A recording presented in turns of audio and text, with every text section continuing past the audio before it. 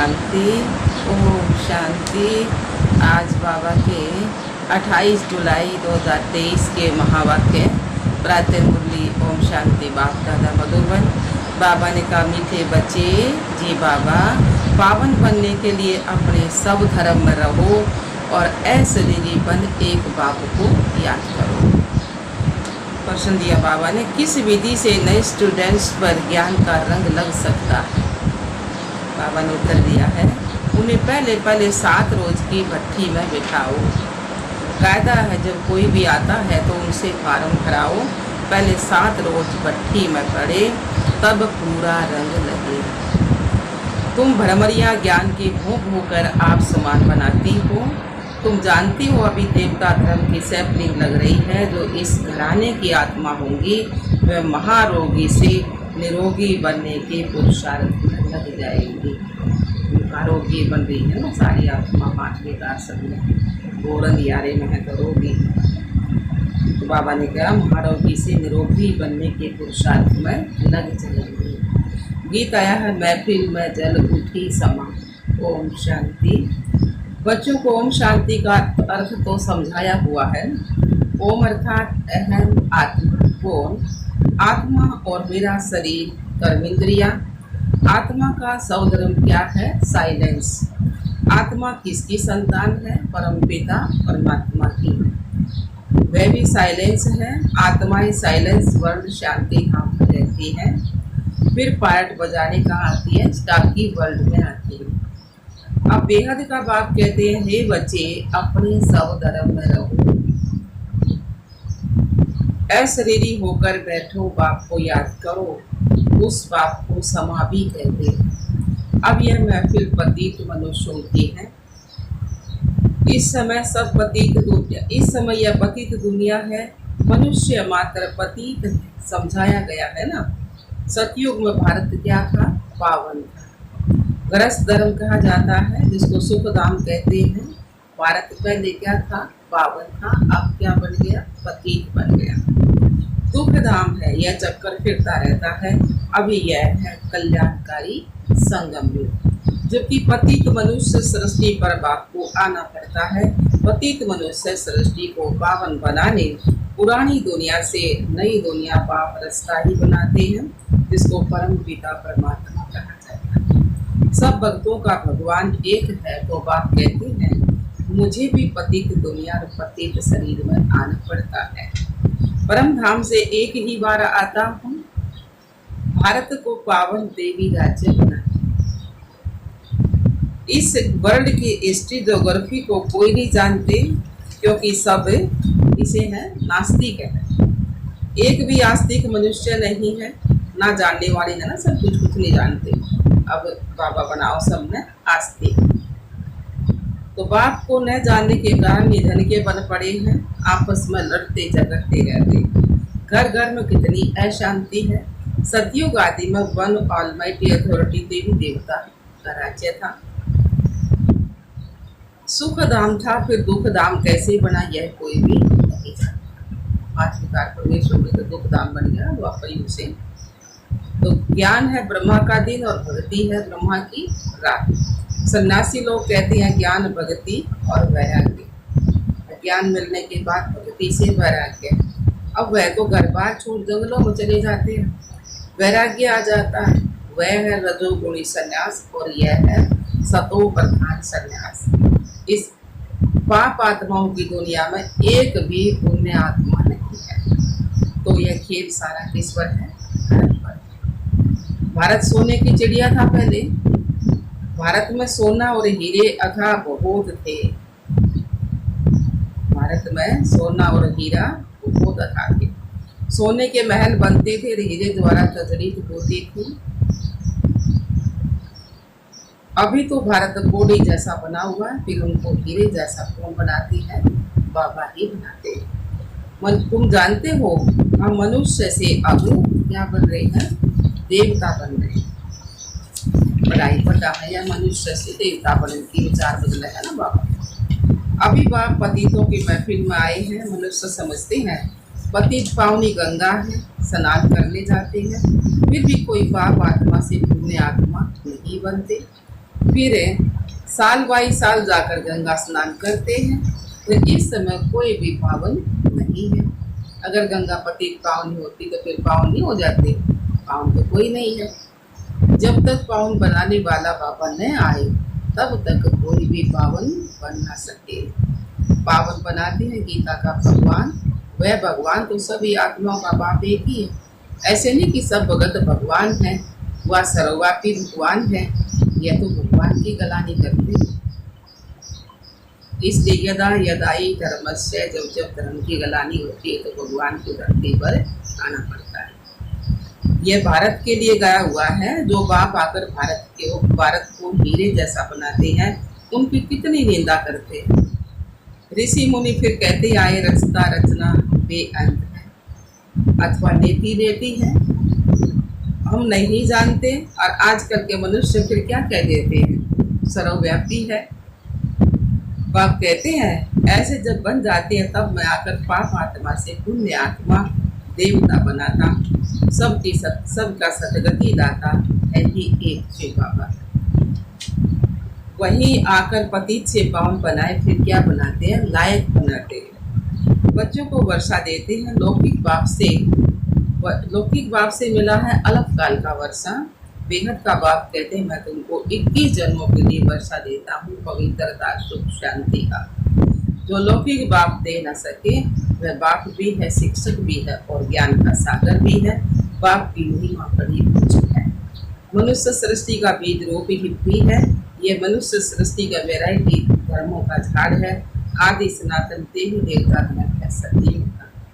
उनसे फिर और धर्म के मर्ज होते हैं। अभी तो ब्राह्मण धर्म के बने हो। इनसे पहले क्या थी, शूद्र धर्म के थे ना। अभी ब्राह्मण से फिर 100 देवता, फिर 100 क्षत्रिय बनेंगे। ये 84 का चक्कर लगाना पड़ता है। सतयुग में भी पहले तुम आएंगे। बाबा ने क्या गाया भी जाता ना, आत्मा परमात्मा अलग रहे बहू का।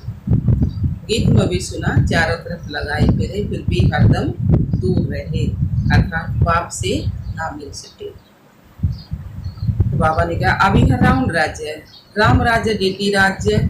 मनुष्य तो समझते हैं स्वर्ग नरक यहाँ ही है, परंतु ऐसे तो हो नहीं सकता।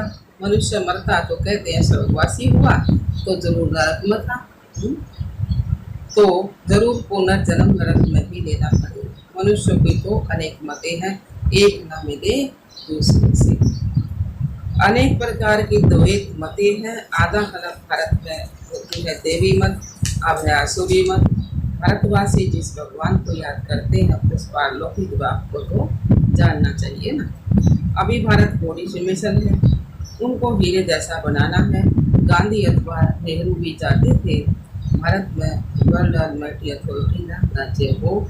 समझते हैं कोई समय भारत में था, अभी नहीं है, इसलिए राम राज्य की कोशिश करते हैं, परंतु ये कोई मनुष्य के हाथ में नहीं। तुम हो ब्राह्मण प्रजापिता ब्रह्मा की संतान, निराकार आत्मा परम पिता परमात्मा की संतान है। वर्षा है ब्रह्मा कुमार कुमारियों को। ब्रह्मा को भी वर्षा किससे मिलता है, शिव बाबा से मिलता है। यह भी भाई हो गया ना, बच्चे सब हैं भाई भाई तो जरूर एक बाप है सब आत्माओं का। अभी तुम ब्रह्मा की मुख वंशावली ब्राह्मण आपस में भाई भाई ठहरे ना, भाई बहन ठहरे ना ब्रह्मा बाबा की। तो तुमको वर्षा मिलता किससे है, दादे से। दादे के वर्षे पर सभी आत्माओं का हक है। दादा कौन पड़ गया, शिव बाबा। चाहे स्त्री चाहे पुरुष के झोले में हो, लौकिक दादे का वर्षा सिर्फ बच्चों को मिलता है, लड़कों को ही मिलेगा ना। तो यह तो बेहद का बाप है ना। बाबा तो चाहे लड़का हो चाहे लड़की हो चाहे बहू हो चाहे छोरी हो सासू ससुरा सब कोई भी हो पटन लाग जाए सब न देगा बाबा तो। लौकिक मतलब लड़के लड़के देवेंगे ना। तो बाबा ने कहा भारतवासियों को सतयुग त्रेता में बेहद के बाप से 21 पीढ़ी का बहुत सुख मिला हुआ है। तुम 84 के चक्कर को भी समझ गए हो। बाप कहते हैं मैं गाइड बनकर आया हूँ तुम सबको ले जाने। तुम ही पहले आए थे, अभी लास्ट में भी तुम हो। फिर पहले तुम ही मनुष्य से देवता बनने वाले हो। देवी देवता धर्म वाले ही 84 जन्म लेते हैं, फिर नंबर वार सबके कम जन्म होते जाते हैं, और धर्म वालों के जरूर कम जन्म होंगे, ये महात्मा होंगे ना। अभी वह आदि सनातन देवी देवता धर्म नहीं है, फिर से स्थापन हो रहा है। तुम जानते हो इब्राहिम फिर कब आएगा, क्राइस्ट कितने समय बाद आएगा, ये वर्ल्ड की हिस्ट्री ज्योग्राफी मनुष्य ही तो जानेंगे ना। बाप समझाते हैं जब सभी पाप आत्मा बन जाते हैं तब मैं आकर पुण्य आत्मा बनाता हूँ। जो कल्प पहले बने थे उनका सैपलिंग लगा रहा हूँ। सतयुग में था ही एक धर्म, अभी तो कलयुग में अनेक धर्म है। पतित आत्माओं की महफिल है, बाप आते हैं सबको पावन बनाने। सतगति देने वाला तो एक ही बाप है। माया रावण दुर्गति करती, इसलिए देवताओं के आगे जाकर कहते हैं मैं निर्गुणधारी, मैं कोई गुण नहीं। तो बाप आकर फिर पतित से पावन बनाए, देवी गुणों वाला बनाते हैं। अभी तुम देवी गुण धारण करते जाते हो, फिर भारत में देवी राज्य बन जाएगा। अभी यह दुनिया बदल रही है। तुम हो बेहद के सन्यासी, उन्हों का है हद का वैराग्य। यह है बेहद का वैराग्य। तुम सारी पुरानी दुनिया को भूल अपने बाप को याद कर वर्षा लेते हो।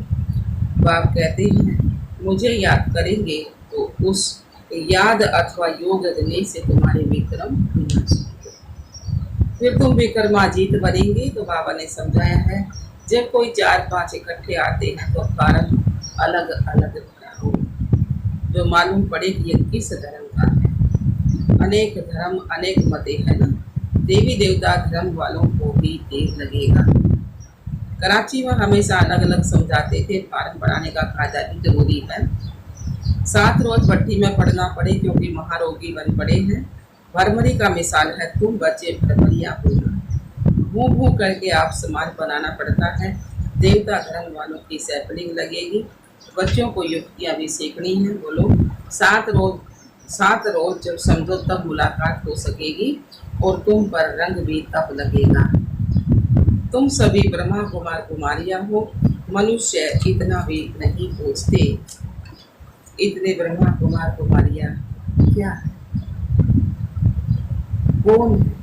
अरे प्रजापिता ब्रह्मा की संतान तो जरूर ब्रह्मा कुमार कुमारियाँ ही कहेंगे ना। क्रिमिनल असल्ट हो ना सके, यह है राजयोग। गॉड फादरली यूनिवर्सिटी भगवान उवाच, मैं तुमको राजाओं का भी राजा बनाता। अच्छा जी बाबा, मीठे मीठे सिकिला दे बच्चों प्रति माता पिता बाप दादा का याद प्यार और गुड मॉर्निंग। रूहानी बाप की रूहानी बच्चों को नमस्ते। हम रूहानी बच्चों की रूहानी बाप दादा को याद प्यार गुड मॉर्निंग नमस्ते नमस्ते नमस्ते। हम बाबा के बच्चे सदा रहे हंसते और हंसाते। शुक्रिया मीठे बाबा। धारणा के लिए मुख्य सार बाबा ने सुनाया है। विक्रमादित्य बनने के लिए सारी पुरानी दुनिया से बेहद का वैराग्य कर इसी भूल एक बाप की याद में रहना है। दूसरा पॉइंट है बर्बरी मिसल ज्ञान रंग लगाने की सेवा करनी है। युक्ति से महारोगियों को निरोगी और नास्तिक को आस्तिक बनाना है।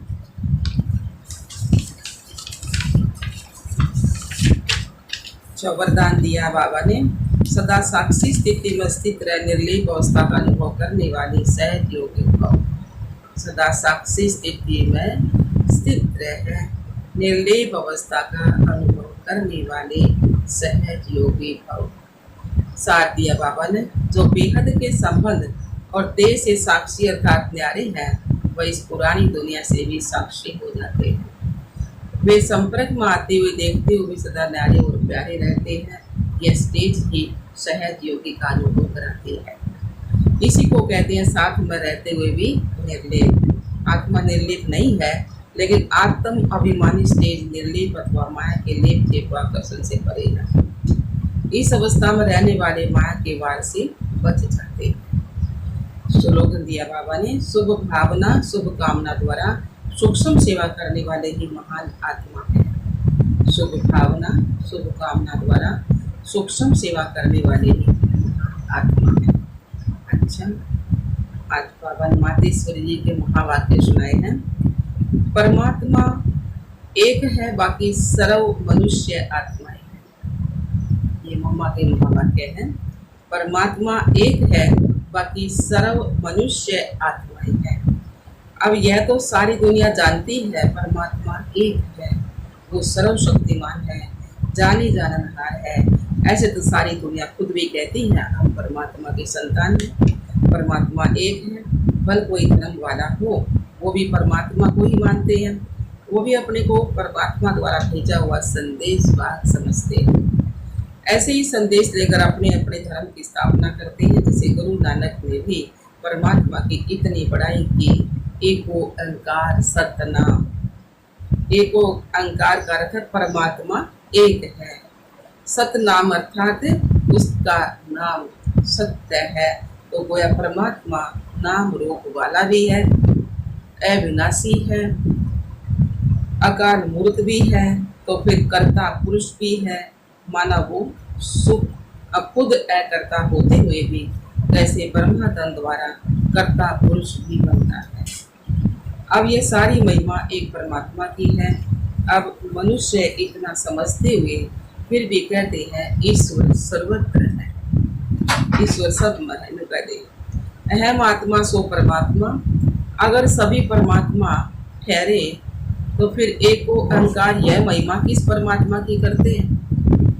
यही सबूत है कि परमात्मा एक है। दूसरा पॉइंट है डायरेक्ट ईश्वरीय ज्ञान से सफलता। यह जो अपने को अविनाशी ज्ञान मिल रहा है वो डायरेक्ट ज्ञान सागर परमात्मा द्वारा मिल रहा है। इस ज्ञान को हम ईश्वरीय ज्ञान कहते हैं, क्योंकि इस ज्ञान से मनुष्य आदि मध्य अंत सुख पाते, अर्थात जन्म जन्मांतर दुख के बंधन से छूट जाते हैं, कर्म बंधन में नहीं आते। इसलिए ही इस ज्ञान को अविनाशी ज्ञान कहा जाता है। अब यह ज्ञान सिर्फ एक ही परमपिता, एक ही अविनाशी परमपिता परमात्मा द्वारा हमें प्राप्त होता है, क्योंकि वो खुद अविनाशी है।